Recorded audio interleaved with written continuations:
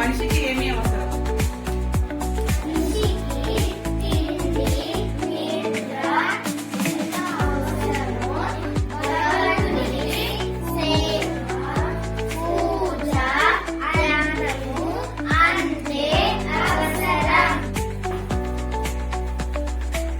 భాగవతం ఎలా ఉంటుంది?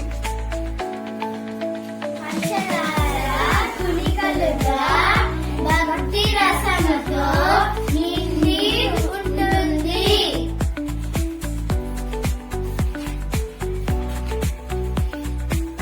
భాగవతంలో ఎన్ని వేల పద్య గద్యాలు ఉన్నాయి? 9,000 పద్య గద్యాలు ఉన్నాయి.